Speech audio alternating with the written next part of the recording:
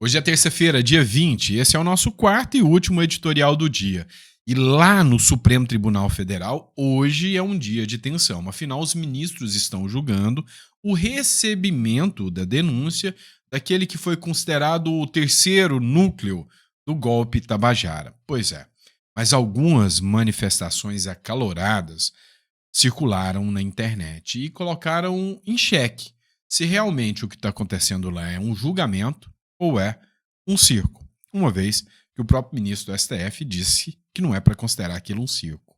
Outro ponto polêmico demais que nós vamos falar hoje é que um deputado amplamente conhecido e até com um bom trânsito internacional, depois de um diálogo, inclusive, com o Mike Pence, que é uma figura ligada ao presidente Donald Trump, disse, e escutem bem, porque isso pode abalar as estruturas da República, que Donald Trump pode não reconhecer eleições aqui no Brasil se uma situação acontecer. E tem a ver com Bolsonaro. E a gente vai entender do que eu estou falando. O Lula também provou o amor e o desamor dos prefeitos durante um evento que aconteceu em Brasília, recebeu uma vaia acalorada e a gente vai analisar esse caso, né? Trata muito também aqui da questão da popularidade do Lula, que está bem baixa. Outro ponto também é a questão do Felipe Martins. Pois é, o depoimento do Freire Gomes tirou o Felipe Martins da rota, da mira do Supremo Tribunal Federal. E isso chamou muita atenção. Agora, qual será a narrativa para a manutenção da prisão do Felipe Martins? Isso e muito mais nesse editorial. Então, meu amigo, não esqueça de se inscrever no canal, curtir, compartilhar. Seja muito bem-vindo e é um prazer estar com você sempre em nosso editorial. Lembrando, se puder dar uma força, bora lá. Nossa meta, 2 milhões de seguidores até o meio do ano. Eu sei que a gente chega lá. Bora para cima? É o seguinte, pessoal. Vamos começar analisando o que está acontecendo aqui. Hoje teve um evento, onde neste evento o senhor Luiz Inácio Lula da Silva foi recebido por prefeitos, aqueles mesmos prefeitos, inclusive alguns de esquerda que criticavam o Bolsonaro, hoje já sentem saudade do Bolsonaro. Dizem que os fundos de município não estão passando da maneira adequada, e aí, olha só a forma que o Lula foi recebido hoje. Matéria da Jovem Pan News, Lula é vaiado na 26ª Marcha a Brasília em defesa dos municípios.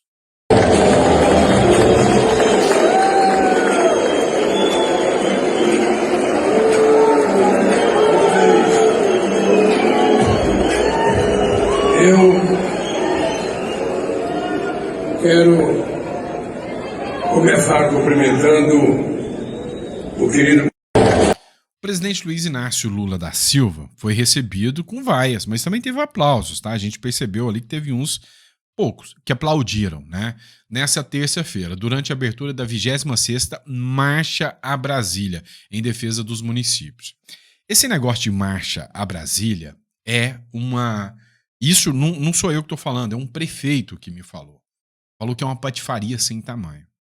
Antes, na gestão Bolsonaro, não precisava de prefeitos terem que ir a Brasília se humilhar, declarar apoio, vender a alma para o diabo, prometendo apoio para o governo e para candidatos de esquerda para poder ter as emendas, para poder ter os recursos liberados.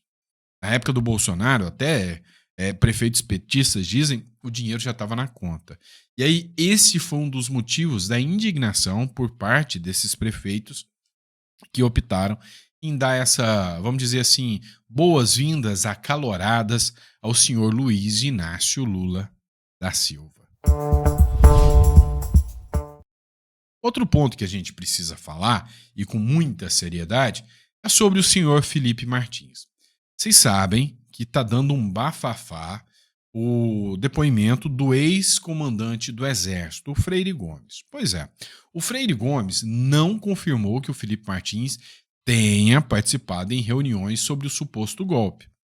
O comandante do Exército, do Bolsonaro, o general Freire Gomes, não confirmou que Felipe Martins, ex-assessor da presidência para assuntos internacionais, participou da reunião de 7 de dezembro de 2022, na qual teria sido discutido uma suposta trama golpista. O Felipe Martins ficou preso 6 meses e um dos argumentos era que ele fazia parte do processo de golpe, que tentou fugir do país e tudo isso foi aos poucos sendo desmontado, né? Uma coisa assim, tanto quanto esquisita para um Estado democrático de direito. Abre aspas. Houve um assessor que eu não conhecia, disse o militar durante a oitiva no Supremo Tribunal Federal, nesta segunda-feira. Foi apresentado um memorando, um documento, foram lidos uns considerados e havia aspectos que consideravam uma garantia da lei e da ordem, um estado de defesa, um estado de sítio. Nesse dia, o presidente apresentou apenas como informação. O brigadeiro Batista Júnior não estava naquele dia. Ou seja, parece que o discurso vindo da Polícia Federal está sendo desmontado aos poucos. A Bárbara, do Titolizei, tem um canal gigante aqui no YouTube, ela fez o seguinte comentário. Peraí. Prenderam o Felipe Martins por uma viagem que ele nunca fez. Tornaram ele réu por uma minuta que nunca existiu. E agora que o Freire Gomes disse que ele não estava na reunião com os comandantes, vão fazer o quê? Fabricar a memória da testemunha também? E tudo isso em cima de uma prisão ilegal, de tortura e uma fraude no sistema migratório americano, que está sendo investigada lá nos Estados Unidos. Como Moraes vai explicar tantas ilegalidades? A realidade é que o caso Felipe Martins não vai sair dos holofotes e não vai sair da discussão tão cedo. A Suprema Corte, ou melhor, a Justiça americana, está julgando um caso agora para saber quem foi o responsável por simular, né, a entrada do Felipe Martins lá nos Estados Unidos, que já se demonstrou que não existe, não aconteceu. E a pedido de quem? Havia alguma autoridade brasileira que fez esse pedido? Pois é, a oposição torce para que tenha vindo o pedido de alguma grande autoridade brasileira, como por exemplo o Alexandre de Moraes, que aí seria o gatilho base que a oposição utilizaria e que o próprio Donald Trump utilizaria contra o ministro Alexandre de Moraes para aplicar contra eles sanções. Pois é, pessoal. Falando de Alexandre de Moraes, falando de Donald Trump, falando da nossa novela preferida, que é acompanhar o que está acontecendo, né? A gente começou nessa novela desde o embate entre Elon Musk e Alexandre de Moraes.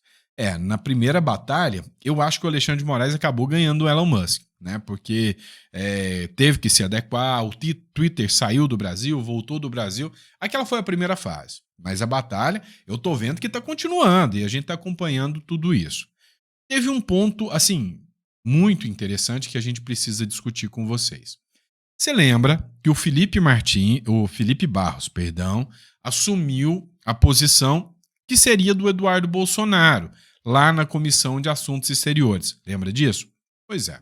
E o Felipe Martins está utilizando da sua atividade como presidente dessa comissão, que é uma espécie de chancelaria da Câmara dos Deputados. Ele recebe um passaporte diplomático, ele pode viajar com expensas da Câmara para articular, né, no Brasil e no mundo, né, para pautas que ele acha importante.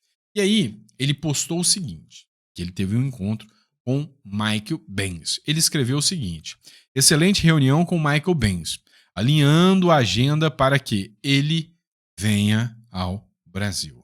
Tá, mas quem que é esse Mike Benz? Inclusive foi matéria da Revista Oeste que diz o seguinte: o encontro de Felipe Barros e Mike Benz. O presidente da Credem discutiu a interferência da USAID com o ex-funcionário do Departamento dos Estados Unidos. Interferência essa que o ex-funcionário do Departamento de Estado lá dos Estados Unidos diz que foi interferência direta nas eleições brasileiras de 2022. Essa é a acusação que foi feita e que a Câmara dos Deputados, inclusive, já fez o convite para que o Mike Benz compareça à Câmara dos Deputados para explicar isso. Mas é exatamente aqui, neste ponto, que mora o perigo. Eleições brasileiras. A discussão que impera lá nos Estados Unidos, inclusive, é o reconhecimento por parte até de alguns congressistas norte-americanos que já até republicaram uma fala do Mike Benz, é que o negócio no Brasil aqui foi foi meio esquisito. Teve interferência do Biden aqui no Brasil, principalmente depois que o presidente da Suprema Corte, que é o Barroso, disse que enquanto ele era presidente do TSE, ele conversou com o Biden para tirar o autoritarismo do Brasil. É o Bozo, tá? Para tirar o Bolsonaro do Brasil. Pois é, esse que você está vendo na tela é o Gustavo Gayer, deputado, provavelmente, se tudo correr bem, próximo senador da República. Ele participou de uma entrevista no Brasil Paralelo. E aí ele fez uma declaração chocante que tem a ver com Estados Unidos, Donald Trump, eleições e Bolsonaro. Abre aspas para a fala dele. Se tirar o Bolsonaro das eleições, o Donald Trump não irá reconhecer as eleições brasileiras. É o que diz o Gustavo Gayer. Acompanhe esse trecho. Uma coisa que eu já tenho quase certeza. Se tirar o Bolsonaro das eleições, o Donald Trump não vai reconhecer a eleição brasileira. Aí tem repercussões profundas nisso daí. Se ele decide não reconhecer as eleições brasileiras, basicamente acaba o intercâmbio comercial entre os dois países. Aí o que acontece com o Brasil? Lula, já antevendo isso, já está indo lá na China vendendo o Brasil para a China. Essa ida dele para a China já é bem clara, ele quer basicamente entregar o país para a China. Então nós vamos ficar na mão de uma ditadura consolidada, a ditadura que, né, os democratas da esquerda adoram, né? Então o Lula está meio que antevendo isso. Ele não vai reconhecer. Isso eu faço uma aposta. Se tivesse um sistema de um tigrinho das eleições aqui, eu apostaria. O Donald Trump, se o Bolsonaro não for candidato, o Donald Trump não reconhece, a Argentina não reconhece, a Itália não reconhece, a Hungria não reconhece. Aí nós vamos passar a maior vergonha da história do nosso país, de ter uma eleição não reconhecida pelos maiores países democráticos do mundo. Uma coisa que eu... Pois é, essa fala do Gustavo Gayer está dando uma repercussão gigantesca. Mas aí entra, né, aqueles detalhes. Vem cá, será que isso é papo para boi dormir? Será que vai ser isso mesmo? Será que o Trump vai mesmo partir para cima? Porque é o seguinte, uma dúvida que a gente tem aqui é, o Donald Trump também não reconhece os resultados da Venezuela. E nada está mudando para o povo venezuelano. As esperanças do povo brasileiro, se tiver depositada num líder estrangeiro, a gente vai sempre ser uma Venezuela que fala português. Então, assim, será que isso acontecendo vai trazer repercussões assim, realmente positivas para o Brasil? Porque na prática mesmo, o que está acontecendo lá na Venezuela é que Argentina, Chile, Estados Unidos, nem o México, sabe? Que reconhece o Maduro mesmo como democrata é o Brasil e a Colômbia só. Mas tem um detalhe que ainda dá para dar uma esperança, que aqui no Brasil a economia é diferente da venezuelana. E aí, há quem aposte que por causa do agro brasileiro, por causa do impacto, né, do agro brasileiro aqui, o Donald Trump possa ter reações mais agressivas contra figuras aqui do Brasil, né? E que nessa ele possa ter um apoio mais pujante aí, de certa forma, da Europa, né? Dos europeus e de países aqui da própria América Latina. Eu, particularmente, às vezes até me sinto um tanto quanto desmotivado, né? De pensar de que, sabe, sanções resolverão o problema do Brasil. Tem hora que sim, mas é o que tem por hora, né? Fazer o quê? Vamos lá, Brasil. Vamos entender o seguinte. Lembra que lá no Paraguai, o Brasil resolveu inventar de hackear, de fazer espionagem contra o Paraguai. Essa publicação aqui é de 1º de abril, parece até piada do dia da mentira, mas é de 1º de abril. O Paraguai convoca o embaixador do Brasil no país e cobra explicações sobre o monitoramento da ABIN. Pois é, o Brasil inventou de investigar a ABIN, o Paraguai, sobre a Itaipu. Pois é, aí virou aquela balela de sempre que a gente já está acostumado. O governo Lula joga a culpa lá no Bolsonaro, o Bolsonaro fala que é do Lula, mas o negócio é que só no finalzinho de 2024, né, já entrando em 2025, é que descobriu que isso estava acontecendo.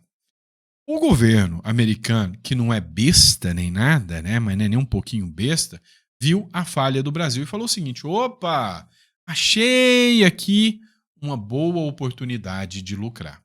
O secretário do Donald Trump precisa de energias novas, renováveis, precisa de energia para criar um novo setor industrial de IAs, de inteligência artificial. Então, ele, né, o secretário do Donald Trump, falou o seguinte, o Marco Rubio, né, pessoal, que tal a gente pegar a energia que seria vendida pelo Paraguai ao Brasil e que o Brasil pisou na bola e que está lá parada, e comprar essa energia, que é mais barato, o Guarani é barato, e vamos montar um polo industrial dentro do Paraguai para desenvolvimento de IAs. A energia deles nos serve.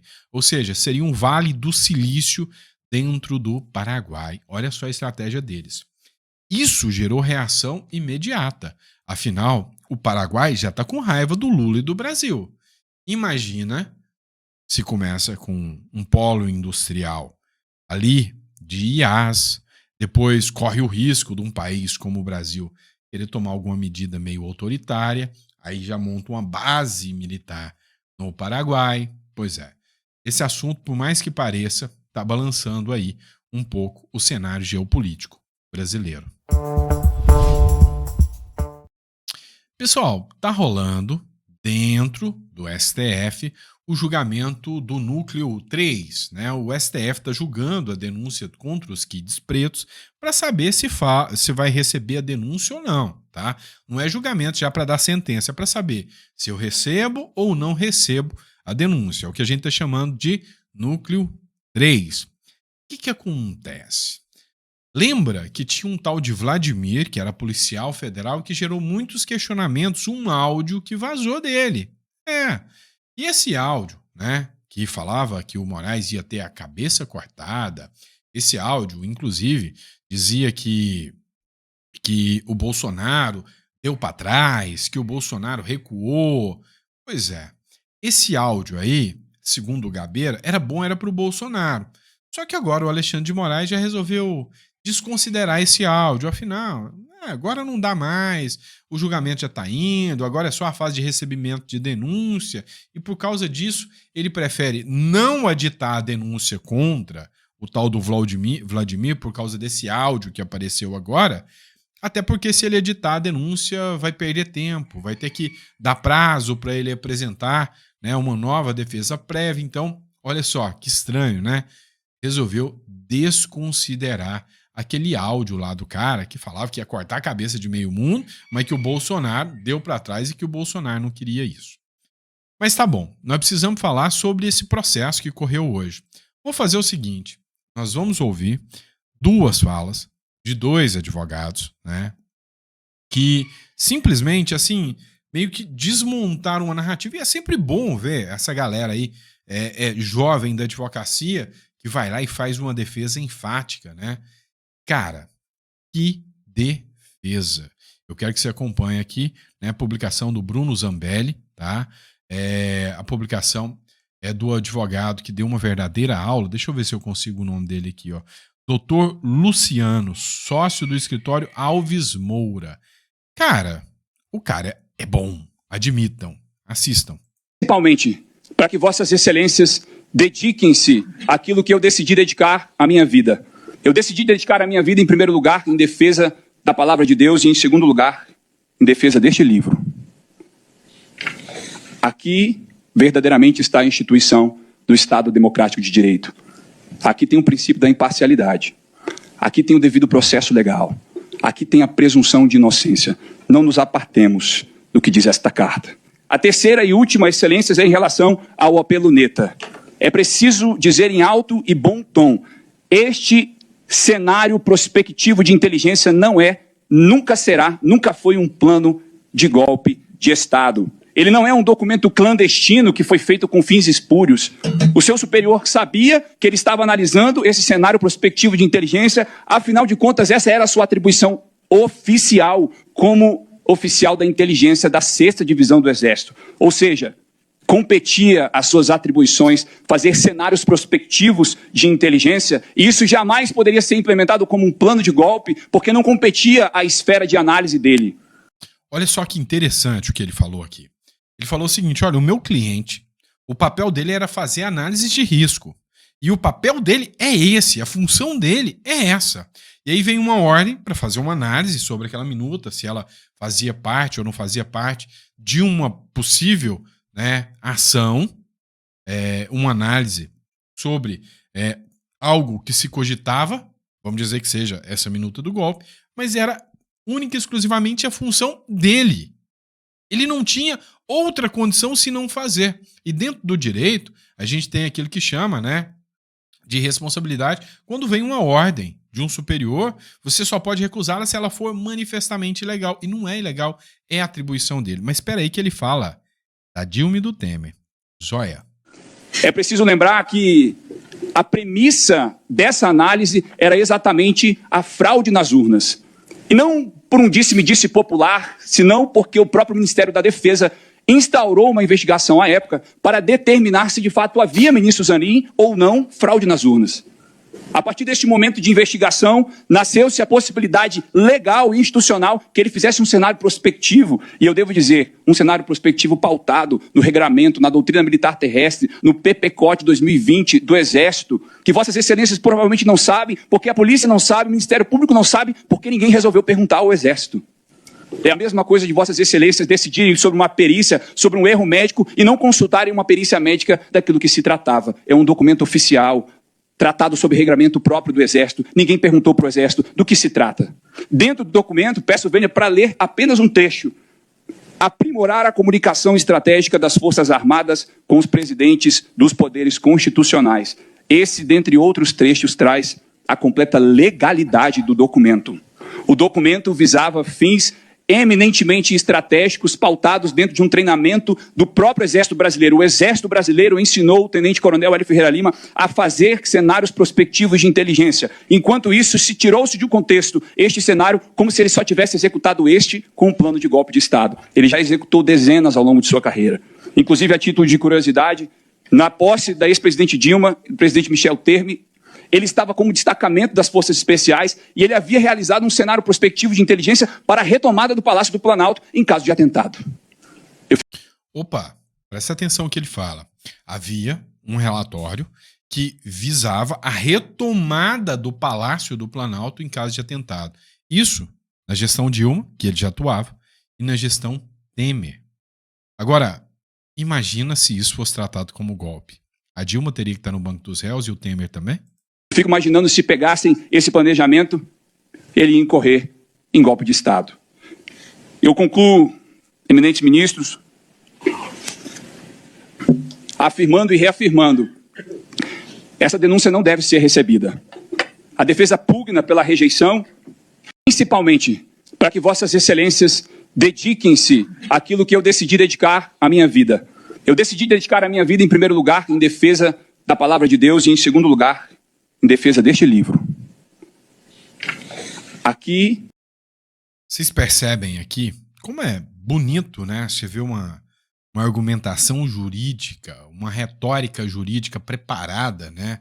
Para mostrar pontos do devido processo legal, da ampla defesa e do contraditório. É por isso que é bonito você ter a democracia, que é onde, né, todas as partes podem argumentar as suas justificativas.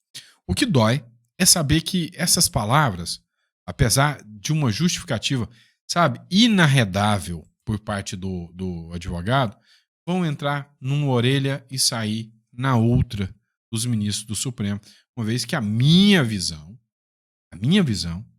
é que já tem, né, conceitos já tomados, né, ou seja, já tem sua convicção tomada.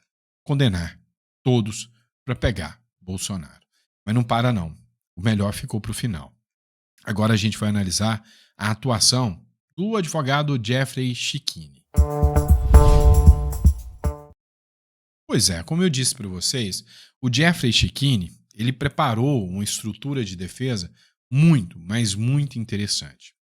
Quem fez essa publicação foi o Gil Diniz, e na publicação ele escreveu o seguinte: Só assistam esse vídeo da sustentação oral feita hoje pelo advogado do Coronel Azevedo, que é o Dr. Jeffrey Checchini. E aí na chamada que ele colocou, detonou dentro do STF, destruiu a narrativa de golpe na frente dos próprios ministros do STF. Vale a pena ver o contraditório, a ampla defesa, o Estado Democrático de Direito em funcionamento quando um advogado tem o poder de falar, de defender as suas pautas. Pena que geralmente não é ouvido e pena também que jamais não é mais a regra no Brasil. Escuta só. Cadê, ministro Zanin, a extração do celular do Coronel Azevedo, que está preso há 6 meses, o mesmo tempo que ele demorou para conseguir esse gorro preto? Cadê a extração do celular que vai provar que no dia que estão dizendo que ele ia atentar contra uma autoridade, ele não estava lá nas redondezas da casa do ministro Alexandre de Moraes? Quanta covardia dessa investigação, ministro Zanin. Quero deixar consignado, delegado da Polícia Federal, Shore. Eu entreguei para ele um documento da nuvem do Azevedo, que ele estava em casa naquela hora e naquele dia. Quando a gente fala que é uma narrativa, é uma narrativa. Narrativa é uma fala sem provas. É isso que tem no relatório final da Polícia Federal. Excelências, são 1.200 aparelhos eletrônicos apreendidos, ministro Fux. 1.200 aparelhos eletrônicos apreendidos. Provavelmente, nunca na história desse país se teve uma operação do tamanho que se está aqui a analisar, com tantas apreensões como se tem aqui. Provavelmente nunca contra o narcotráfico se viu nada igual. São 1.214 laudos de extrato de aparelhos celulares, de extração de aparelhos celulares. Essa de falar que nem contra o narcotráfico se usou uma estrutura dessa, cara, foi genial, foi top. São 158 mil mensagens do celular daquele que atecnicamente é chamado de delator. 77 gigabytes de documentos do celular daquele que tecnicamente é chamado de delator. E não há uma única menção a esse força especial chamado Rodrigo Bezerra de Azevedo. O montante de 0 menções a Tenente Coronel Azevedo. Vocês entenderam o tamanho disso aqui? São milhares. O Mauro Cid, que é o delator, era o cara que articulava com quase todo mundo. Que, segundo eles, tinha um relacionamento com o Bolsonaro. Era o assessor, era o ajudante de ordens, era o braço direito do Bolsonaro. E, posteriormente, agora está sendo categorizado como um traidor do Bolsonaro. Mas o cliente do Jeffrey Checchini, que é o Coronel Azevedo, em momento algum nunca trocou uma conversa com Mauro Cid. Mas por que então que ele está denunciado? Excelências, eu não estou aqui a pedir clemência para o Coronel Azevedo. Eu não estou aqui pedindo favor pelo Coronel Azevedo. Eu não estou aqui sequer invocando o indúbio pro réu, senhor presidente. Porque nós trouxemos à investigação e na resposta à acusação prova de inocência. Aquilo que a doutrina chama de prova diabólica. Nós temos um acusado preso, sem aparelho celular, impossibilitado de exercer a autodefesa e uma defesa eficaz, mas ainda assim, excelências, conseguimos demonstrar e provar que o relatório final da Polícia Federal é uma farsa. A Polícia Federal e a Procuradoria-Geral da República tentam induzir essa corte a erro. Erro! Ministro Flávio Dino, na investigação eu provei que meu cliente não estava no dia e no local que a ficção criativa da Polícia Federal disse que ele estava. Ministro Alexandre de Moraes, Rodrigo Bezerra de Azevedo, equivocadamente, foi colocado às proximidades da vossa residência. Não era ele. Se aquele fato aconteceu, ministro Alexandre de Moraes, o verdadeiro criminoso está solto. Aquela data, aquele dia, aquele horário, era aniversário do tenente-coronel Rodrigo Bezerra de Azevedo. Olha só as técnicas de persuasão utilizadas. Ó, em momento algum ele confronta o Alexandre de Moraes, mas jogando na cara, olha, não acredito em você. Se aquele fato realmente aconteceu de alguém que estava lá monitorando a sua casa, se foi verdade, não era ele. Ele estava na casa dele, no dia do aniversário dele. A Procuradoria-Geral da República, a Polícia Federal, desconsiderou a prova, ministro Zanin, que nós da defesa tivemos que com muito esforço conseguir. Nuvem do iPhone. Agora a Polícia Federal e a PGR vai ter que dizer que a Apple mente. A Apple que mente. A Polícia Federal fala a verdade sem documento e a Apple e o RAP mentem. Só para você entender, tá? O que aconteceu foi o seguinte. Eles apreenderam milhares de celulares, levaram o celular dele. E aí ele não tinha como ter provas, juntar provas. E hoje uma prova poderosíssima é isso aqui, ó, o celular, tá? Porque através do celular você consegue provar o quê? Sua geolocalização, por exemplo, para mostrar que você não estava no lugar que é atribuído a você. E aqui a acusação, a Procuradoria-Geral da República fala que ele foi até a casa do Alexandre de Moraes. Eles precisaram acessar a nuvem do celular e, por sorte, tinha salvo o pedido, né, de comida que ele fez pelo Rap, né, que é um aplicativo de comida. Dia 15 de dezembro de 2022, a farsa da Polícia Federal disse que o tenente-coronel Rodrigo Bezerra de Azevedo estava nas proximidades da residência do ministro Alexandre de Moraes, ministro Fux. Isso não aconteceu. No dia e horário que a Polícia Federal fala que o Rodrigo Bezerra de Azevedo estava nas proximidades da casa do Alexandre de Moraes, ministro Flávio Dino, ele estava em casa, comemorando seu aniversário. Bastava a Polícia Federal pegar o documento de RG. Era aniversário do Azevedo. Ele estava em casa com a esposa e com a filha, respondendo mensagens de WhatsApp. Cadê, ministro Zanin, a extração do celular do coronel Azevedo que está preso há 6 meses, o mesmo tempo que ele demorou para conseguir esse gorro preto? Cadê a extração do celular que vai provar que no dia que estão dizendo que ele ia atentar contra uma autoridade, ele não estava lá nas redondezas da casa do ministro Alexandre de Moraes? Quanta covardia dessa investigação, ministro Zanin. No interrogatório do coronel Azevedo, eu trouxe a prova, ministro Fux. Eu mostrei para o delegado, quero deixar consignado, delegado da Polícia Federal, Shore. Eu entreguei para ele um documento da nuvem do Azevedo, que ele estava em casa naquela hora, e naquele dia, esse documento não foi juntado no relatório final da Polícia Federal. A Polícia Federal omitiu essa prova de inocência. A PGR na denúncia não fez menção a essa prova de inocência. Não era ele, ministro Fux. Não era ele. Com muita dificuldade, nós da defesa conseguimos acessar o RAP do preso com o celular apreendido.